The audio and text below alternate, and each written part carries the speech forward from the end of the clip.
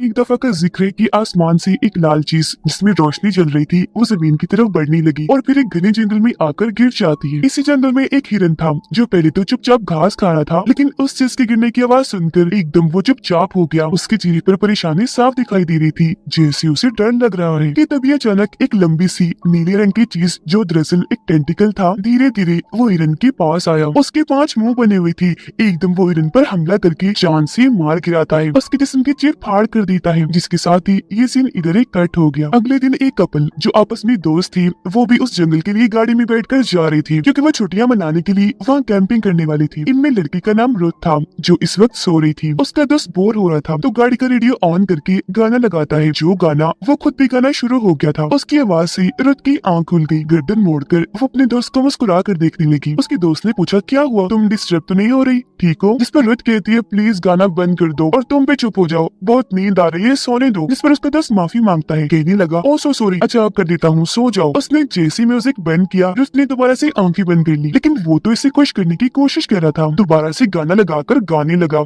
इस बार डांस भी कर रहा था, जिस पर दोनों ही हंसने लगते हैं। अब ये उस घने जंगल से आगे बढ़ रही थी जो खूबसूरत भी था, क्योंकि वहाँ बहुत सारे झरने और इस तरह की चीजें रास्ते में आ रही थी। सफर करते करते इन्हें काफी देर हो गई थी, इसीलिए भूख लग गई तो ये लोग एक होटल में रुके खाना खाने के लिए। वो खाना खा ही रहे थे कि तभी एक मासूम सा बच्चा टोकरी लेकर इनके पास आ गया। कहने लगा कि मैं कचरा लेने आया हूँ। इस पर रुथ का दोस्त जिसका नाम हैरी था बच्चे को कहता है, लेकिन बेटा खाना तो हम अभी खा रहे हैं, अभी शुरू ही किया है, इसमें टाइम लग जाएगा, तो तुम अभी कोई और काम कर लो। बच्चे अभी भी नहीं गया, वो गुमसुम लग रहा था। ये परेशान होते हुए पूछता है कि तुमने किसी लाल रंग की रोशनी को आसमान से जमीन की तरफ आते हुए देखा है? पर वो दोनों जाहिर है कुछ नहीं जानती थी। अब इससे पहले कि बच्चा मजीद आगे और बात करता, उसकी मोम आवाज देकर उसे बुला लेती है। तब वो अपनी बात को अधूरी छोड़कर अपनी मोम के पास चला जाता है। अब रुथ और हैरी भी खाना खाकर वहाँ से निकल जाती है। ये लोग लाल चोटी पर जाने के लिए निकल गए। जब वहाँ पहुंचे तो हैरी ने नोटिस किया जैसे रुथ परेशान है, क्योंकि उसे ऊंचाई वाली जगह से डर लगता था। इसलिए वो रुथ से पूछता है, आर यू ओके, ठीक हो तुम? इस पर वो बड़े आराम से बोल देती है कि हाँ ठीक हूँ मैं। हैरी उसे समझाता है कि तुम्हारे सामने हम यहाँ चौथी बार आ रहे हैं कैंपिंग करने, अब से पहले कुछ हुआ है नहीं ना? तो अब भी कुछ नहीं होगा, मुझ पर यकीन रखो, मैं तुम्हारा बहुत ख्याल रखूंगा हर जगह। अब उसके बाद से रुथ को थोड़ी तसल्ली तो मिली, लेकिन अभी भी वो उदास थी। जिसके बाद ये दोनों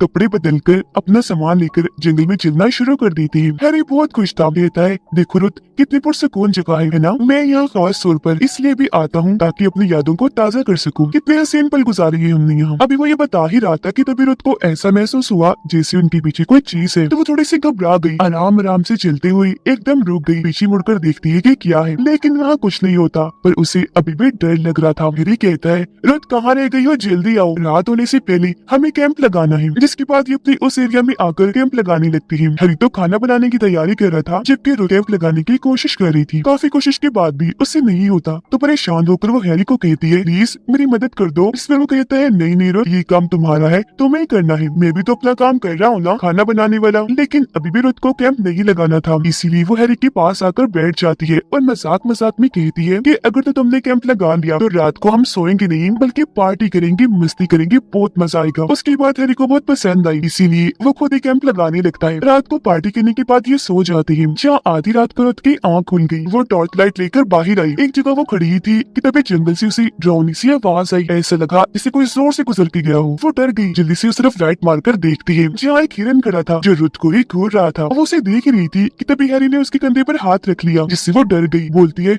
ओ गॉड तुम थी, मैं तो डर गई। हैरी ने पूछा, तुम यहाँ क्या कर रही हो? वो जवाब देती है, छोड़ो इस बात को, मैं यहाँ खड़ी थी तो अजीब तरह की आहट महसूस हुई, इससे कुछ तो है वहाँ, और जब मैंने देखा तो वहाँ हिरन खड़ा था जो मुझे घूर रहा था। ये बात मुझे बहुत अजीब लगी। वो जवाब देता है, कम ऑन रुथ, कैसे बच्चों वाली बातें कर रही हो, ये जंगल है, जानवर तो होंगे ही ना, चलो सोते हैं। रुथ को अभी भी अजीब लग रहा था, बार बार वो पीछे मुड़कर देख रही थी, पर हैरी के कहने पर सोने के लिए चली ही जाती है।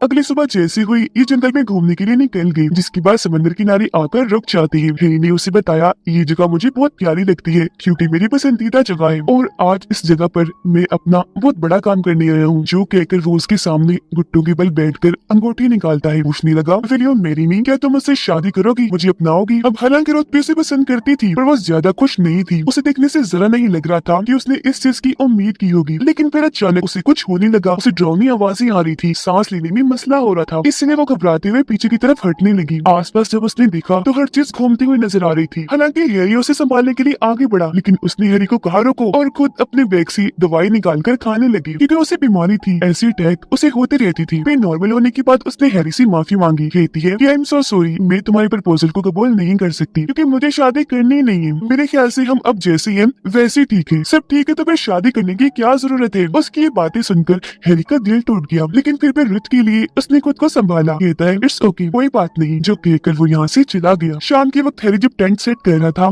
तो रुत चुपचाप बैठकर उसे बस देखे ही जा रही थी। महसूस भी कर लेती है कि वो उदास है। वो उससे प्रपोज करने के बारे में बात करने लगी, लेकिन हैरी ने ये कहकर मना कर दिया कि मुझे इस टॉपिक पर कोई बात नहीं करनी। रुत फौरन बोली पर मुझे करनी है इस टॉपिक पर बात। तुम शुरू से ही जानती हो हैरी कि मुझे शादी करनी नहीं है, तो फिर तुमने क्यों मुझसे इस बारे में पूछा। जवाब में हैरी कहता है क्योंकि मैं तुमसे रिश्ता बनाकर तुमसे इस तरह जुड़ना चाहता हूँ कि तुम मुझे अपनी सारी परेशानियां बताओ, जैसे अपने डॉक्टर को बताती हो, क्योंकि जाहिर है मैं तुमसे प्यार करता हूँ, परेशान नहीं देख सकता, तुम्हें खुश करना चाहता हूँ। अक्सर तुम बहुत ज्यादा गुस्से में आ जाती हो। मैं समझ सकता हूँ कि तुम्हारी मॉम डैड के अलग होने की वजह से उसका असर तुम पर पड़ा है, लेकिन रुत तो अभी भी उससे बेहसी किए जा रही थी। इस बात से उसे गुस्सा आ गया। मजीद बात भी करने के डर से वो खुद ही उठकर वहाँ से चला जाता है। अगले सुबह रुत जब नींद से जागी तो वो अकेली थी। हैरी उसके पास नहीं था। तलाश करने पर उसे हैरी का जुड़ा हुआ नोट मिलता है, जिसमें उसने लिखा था कि मैं अपना दिमाग क्लियर करने के लिए यानी मन हल्का करने के लिए वॉक पर जा रहा हूँ, ज्यादा देर नहीं होगी, जल्दी लौट आऊंगा। अब जाहिर है रुत अकेली थी तो अकेले टाइम उसे गुजारा नहीं जा रहा था, तो हैरी के आने का बेसब्री से इंतजार करने लगी। बोर हो रही थी तो मोबाइल इस्तेमाल करने का सोचती है, लेकिन चेक करने पर पता चला कि मोबाइल में तो सिग्नल ही नहीं आ रही। तो सिग्नल ढूंढने के लिए वो जंगल में आगे निकल गई। अपने डॉक्टर को कॉल करने ही वाली थी कि तभी उसकी नजर जमीन पर पड़ी, जहाँ एक हिरन की लाश बहुत बुरी हालत में पड़ी थी, क्योंकि उसके जिस्म और सर की चीर फाड़ की हुई थी। जिस्म किसी काले रंग के लिक्विड की वजह से गल सड़ गया था, क्योंकि वो लिक्विड अब जम गया था। उसे देखकर रुत को बहुत बुरा लगा। डरते हुए वो जैसे पीछे हटी, अचानक हैरी से टकरा गई, जिसके पास ही आ रहा था। घबराई हुई थी, जल्दी से उसके गले से लग जाती है। हैरी उसे संभालता है, रिलैक्स करता है। वो कहती है देखो ये वही हिरन है जो कल रात हमने देखा था। अब वो परेशान ना हो इसीलिए वो कहते हैं कि नहीं ऐसा नहीं है, ये कोई और हिरन होगा, किसी बीमारी की वजह से इसकी मौत हुई होगी, तो रिलैक्स ओके। जो कहकर वो रुत को यहाँ से लेकर चला गया। रात को जब दोनों कैंप के पास बैठी थी तो हिरन की मौत को लेकर रुत अभी भी परेशान थी। तब उसकी परेशानी कम करने के लिए हैरी उसे एक किताब दिखाता है, जिसमें लिखा हुआ था कि हिरन की मौत अक्सर एक खतरनाक बीमारी की वजह से हो जाती है, जो बीमारी काले रंग के लिक्विड की वजह से बनती है। लेकिन रुत अभी भी इस बात को मानने के लिए तैयार नहीं थी। कहती है नहीं, उसे जरूर किसी और ने ही मारा है, वो कातिल जो भी है अभी भी जंगल में ही घूम रहा होगा, वो जंगली जानवर भी हो सकता है। जिस पर हैरी उसे समझाता है अच्छा अगर वो जानवर भी हुआ तो क्या मसला है, हमारे पास आग है, हथियार है, अगर वो जानवर यहाँ आया तो हम उसका सामना कर लेंगे। रुत कहती है जानती हो मैं शादी से क्यों भागती हूँ, क्योंकि मेरी मॉम डैड की शादीशुदा जिंदगी बहुत खराब रही, तो मेरे ख्याल से मुझे भी शादी नहीं करनी चाहिए, मेरे साथ भी ऐसा ही होगा, तो बेशक शादी ना हो, मैं ऐसी तुम्हारे साथ खुश हूँ, पूरी जिंदगी तुम्हारे साथ रहना चाहती हूँ, क्योंकि मैं भी तुमसे प्यार करती हूँ और अब उम्मीद करती हूँ कि ये चीज हमारे लिए काफी होगी, जिसे अब तुम भी समझ जाओगी। जिस पर मुस्कुराते हुए हैरी कहता है हाँ क्यों नहीं, प्यार करता हूँ तुमसे, तो क्या तुम्हारी बात भी नहीं मान सकता। खैर थोड़ी देर के बाद जब हैरी खाना बना रहा था तो वॉशरूम और लकड़ियाँ लाने के लिए रुत जंगल में घूमने लगी। एक जगह आकर उसे पीले फूल दिखे जो उसे बेहद पसंद थी, क्योंकि इनके बारे में उसने अपनी किताब में भी पढ़ा था। फूल तोड़कर अभी वो उसे देख रही थी कि तभी वहाँ बनी एक केव गार में उसे एक रोशनी चमकती हुई नजर आई, जिसे देख वो केव के अंदर आ गई। काफी अंदर आने के बाद उसे जमीन पर नीले रंग का लिक्विड दिखा, वो उसे काफी अनोखा लग रहा था, तो लकड़ी की स्टिक से वो उसे चेक करने लगी, जिस बीच उसे अपने पीछे किसी की होने का एहसास हुआ।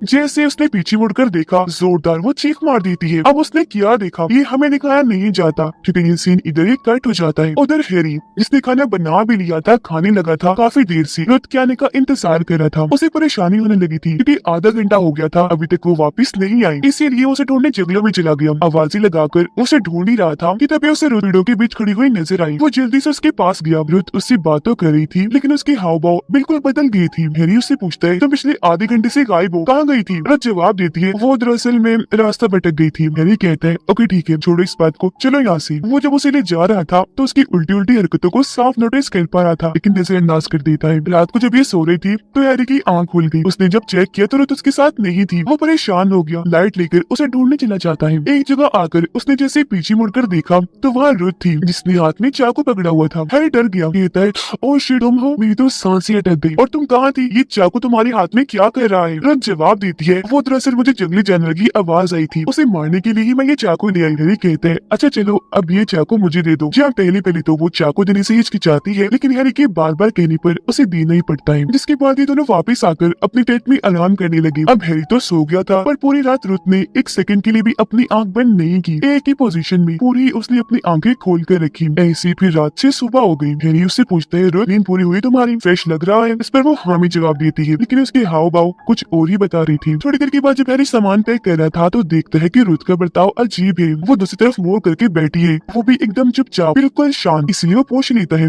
रुथ क्या बात है, मैं कब से तुम्हारे अजीब बर्ताव को नोटिस कर रहा हूँ। इज एवरीथिंग फाइन, सब ठीक है? रुथ कहती है मुझे शर्मिंदगी हो रही है, मैंने तुम्हारे प्रपोजल को क्यों ठुकराया, प्लीज मुझे माफ कर दो, मैं तुम्हें एक और मौका देना चाहती हूँ, तुम फिर से मुझे प्रपोज करो ना, ऐसा लगना चाहिए कि सब पहली बार हो रहा है। तो हैरी पहाड़ी के ऊपर जाकर फिर से घुटनों के बल बैठकर अंगूठी देते हुए शादी के लिए पूछता है विल यू मैरी मी, जिस पर इस बार वो हाँ बोल देती है। हैरी बहुत खुश हो जाता है और जल्दी से उसे अंगूठी पहना देता है। रुथ कहती है मेरे पास आओ, गले से लगाना चाहती हूँ, जिसके बाद वो उसके पास आकर जोरदार उसे टांग मार देती है। इतनी बार मारती रहती है जब तक वो तड़पने न लग जाए। फिर जैसे तकलीफ की वजह से वो बेकाबू हुआ, रुथ उसे धक्का देकर इतनी ऊंची पहाड़ी से नीचे गिरा देती है। वो सीधा समंदर में आकर गिरा, मौके पर ही उसकी मौत हो जाती है। रुथ को अचानक अजीब लगा, वो तेजी से वहाँ से भागने लगती है। काफी देर तक भागती रही, फिर अचानक वो इतना थक गई कि उसे तकलीफ होने लगी। वो वहीं गिरकर बेहोश हो जाती है। काफी देर तक वो वहाँ बेहोश पड़ी रही, लेकिन जब एक कपल वहाँ से गुजरा तो उसे बेहोश पड़ा हुआ वो देख लेती है। वो काफी घबरा गई, जल्दी से उसे पानी पिलाकर होश मिलाती है। नॉर्मल होने पर वो रुथ से पूछने लगी तुम ठीक तो हो, क्या हुआ था? इस पर वो बताती है मुझे कुछ याद नहीं, मैं बस भाग रही थी, चक्कर आया तो गिर गई। कपल को उसकी ऐसी हालत देखकर तरस आना था, तो वो रुथ से कहने लगी आज रात तुम हमारे साथ हमारे कैंप में रात गुजार सकती हो, जैसी सुबह होगी तुम चले जाना। वो लोगों से अपने कैंप में ले आई, पर उसकी हालत देखकर दोनों को लग रहा था कि जरूर रुथ के साथ कोई गड़बड़ है, क्योंकि वो जरा भी हिल नहीं रही थी, ना कुछ बोल रही थी, बस एक ही पोजीशन में वो बनकर बैठी हुई थी। कपल में से औरत को लगा जैसे वो उदास है, इसलिए वो रुथ से बात करने की कोशिश करने लगी। पूछती है अच्छा तुम मुझे अपने शौक बताओ, तुम्हें क्या क्या पसंद है? रुथ जवाब देती है मुझे सर्फिंग बहुत पसंद है, यानी बोट के जरिए समुद्र की लहरों पर चलकर एंजॉय करना। वो औरत बोली वाओ अच्छा शौक है, हमें भी ये बहुत पसंद है, लेकिन सामने वाले समुद्र में शार्क्स बहुत ज्यादा है, जिस डर से हम वहाँ नहीं जाते। बातचीत करने के बाद वो औरत अपने हस्बैंड को कहती है इसे मेडिकल की जरूरत है, सुबह होते ही हम इसे ले जाएंगे। पर रुथ बड़ी अजीब हरकत करती है, वो वहाँ पड़े कपल के चाकू को उठाकर बड़े गौर से देखने लगती है। दोनों हस्बैंड वाइफ काफी डर गई, कहीं खुद को नुकसान न पहुँचा ले। उसे शांत करने की कोशिश करने लगी, वो कुछ बोली नहीं, चाकू से बस झाड़ियों की तरफ इशारा करने लगी कि वहाँ से एक आदमी आ रहा है। मैंने उससे डर के चाकू उठाया, तो पल में से आदमी जब उस तरफ लाइट मारकर देखता है तो वो हैरी था, जो मरा नहीं था, अभी जिंदा था, बिल्कुल सही सलामत था। उसे अपने सामने ऐसे बिल्कुल ठीक पाकर वो बहुत डर गई, इतना घबरा गई कि उसकी हालत ही खराब होने लगी, जिसके बाद वो जंगल में भाग जाती है। तब उसके पीछे पीछे कपल में से औरत भी भाग गई, जबकि औरत के हस्बैंड हैरी को आगे आने से रोक रहा था, क्योंकि हैरी उसे ठीक नहीं लग रहा था, वो डरावना मुस्कुरा रहा था।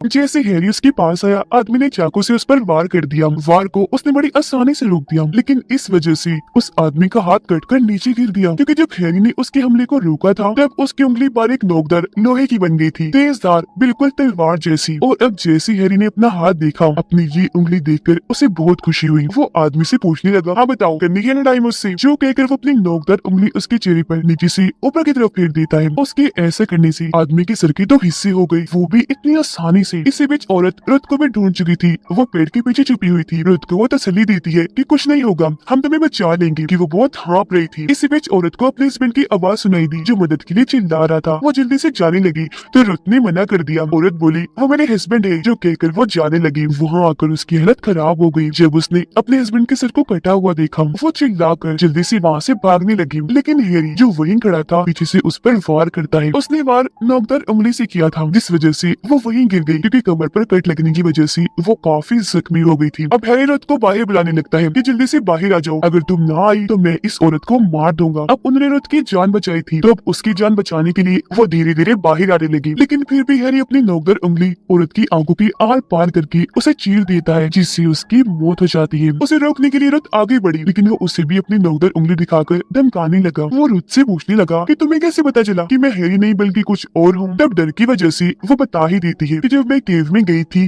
पीछे मुड़कर जब मैंने चीख मारी थी तो वहाँ मैंने असली हैरी की लाश देखी। उसकी लाश भी काले रंग की लिक्विड की वजह से गल सड़ गई थी जिसने अब उसे हर तरफ से कवर किया हुआ था। यही वजह है कि मैं डर सहम गई थी क्योंकि हैरी को इतनी बुरी हालत में देखा, सर दो टुकड़ों में कटा हुआ था। मुझे कुछ समझ नहीं आ रही थी कि ये क्या हुआ। बाहर आकर मैंने दवाई खाई। जब मैं नॉर्मल हुई तो मुझे पता चला कि किसी क्रिएचर ने मेरी हैरी को मार दिया है। उसे मारने के बाद क्रिएचर ने उसका रूप ले लिया है और तब डरते हुए उससे पूछती है कि तुम कौन हो, जिस पर वो बताने लगा कि मैं एक दूसरे प्लेनेट सैयारे से आया हुआ एलियन हूँ। यहाँ इसलिए आया हूँ ताकि अपने प्लेनेट के लोगों को यहाँ के बारे में खबर कर सकूं। अब क्योंकि सारी बात सामने आ गई थी, रुत को उसकी सच्चाई के बारे में पता चल गया था तो वो उसे मारना चाह रहा था। अपनी नोकदार उंगली से वो उस पर वार करने की कोशिश करता है पर नहीं मार पाता क्योंकि खुद को हैरी में बदलकर उसने हैरी की सारी फीलिंग्स जज्बात को भी अपने अंदर कर लिया था, जिसके मुताबिक अब वो रुत को प्यार करता है। वो रो रोकर उसके सामने गिड़गिड़ा रही थी। कहती है अच्छा प्लीज मुझे छोड़ दो, जाने दो, मैं वादा करती हूँ तुम्हारे बारे में किसी को कुछ नहीं बताऊंगी। वो बोलता है मैं तुम्हें कुछ नहीं करूंगा क्योंकि मैं तुम्हारे लिए जो महसूस कर रहा हूँ ये सच्चा प्यार है। वो जैसे ही मुड़ा मौका पाकर रुत वहाँ से भाग गई है, यानी कि वो एलियन भी उसके पीछे पीछे भागा। लेकिन रुत को कुछ नहीं कहता क्योंकि प्यार करने की वजह से उसे नुकसान नहीं पहुंचा सकता था। थक हार कर रुत एक जगह आकर रुक गई। एलियन भी उसके पास आ गया। रुत को लगा कि ये मुझे मार देगा तो अपने बचाव में वो उसे लड़ने लगी, बार बार उस पर वार कर रही थी जिससे एलियन को बुरा नहीं लगा बल्कि वो तो हंस रहा था क्योंकि ये सब उसे मजाक लग रहा था। रुत उससे पूछती है अब क्या मसला है तुम्हें, तुम क्यों मेरे पीछे पड़े हुए हो, चाहते क्या हो मुझसे। इस पर वो कहता है मुझे कुछ समझ नहीं आ रहा, मैं बस इतना जानता हूँ कि तुम्हारे लिए फीलिंग्स है,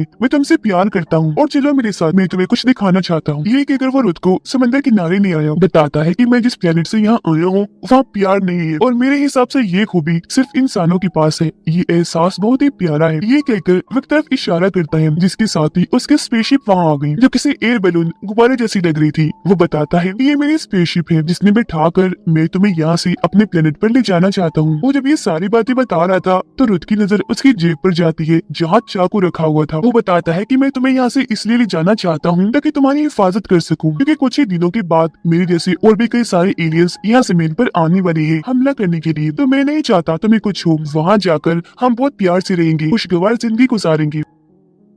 उसकी ये बातें रुत बिल्कुल चुपचाप होकर सुन रही थी, कोई हरकत नहीं करती क्योंकि उसके दिमाग में तो कुछ और ही चल रहा था और वो उसके बात मानने के लिए भी हाँ बोल देती है। फिर जैसे वो स्पेसशिप तक जाने के लिए मुड़ा, मौका पाकर रुत उसकी जेब से चाकू निकालकर उस पर पॉइंट कर देती है। एलियन का गुस्सा तो आया लेकिन फिर भी वो उसे समझाने के लिए आगे बढ़ा। तब एकदम से रुत ने उसके सीने में चाकू घुसा दिया, जो करने के बाद वो वहाँ से समंदर की तरफ भाग गई। तब टाइम पर बात किए बगैर एलियन भी उसके पीछे पीछे भागने लगता है ताकि रुत को पकड़ सके। लेकिन एलियन ये नहीं जानता था कि चाकू वाली जगह से उसका जो खून निकल रहा है उसको सूंघकर एक शार्क यहाँ पर आ रही है, जिसे इसी तरफ बढ़ रही है। रथ के बहुत पास आकर उसे पकड़ने ही वाला था कि तभी शार्क ने सीधा आकर उस पर हमला कर दिया। वो उसे टक्कर मारकर दूर धकेलकर अपने साथ ले जाती है। ये देखकर रथ जल्दी से किनारे पर आकर वहाँ से भागकर दोबारा से जंगल में चली जाती है। लेकिन हैरत उसका ये प्लान नाकाम रहा क्योंकि शार्क ने उसे नहीं बल्कि उसने शार्क को मार दिया था। शार्क के जिस्म के बहुत सारे टुकड़े करके वो रथ की तरफ भागने लगा। जंगल में आगे बढ़कर रथ उस कपल की टेंट के पास आई और उनका छोड़ा हुआ खाना खाने लगती है क्योंकि भूख की वजह से उसकी हालत खराब हो रही थी। उसे पता था कि एलियन मेरे बहुत ही पीछे घबराई हुई थी, जो देखकर एलियन अपने टेंटिकल से उस पर हल्का सा वार करके शांत करता है और उस टेंटिकल को रुत के साथ ही जोड़े रखता है। फिर थोड़ी देर के बाद जैसे उसने टेंटिकल अलग किया,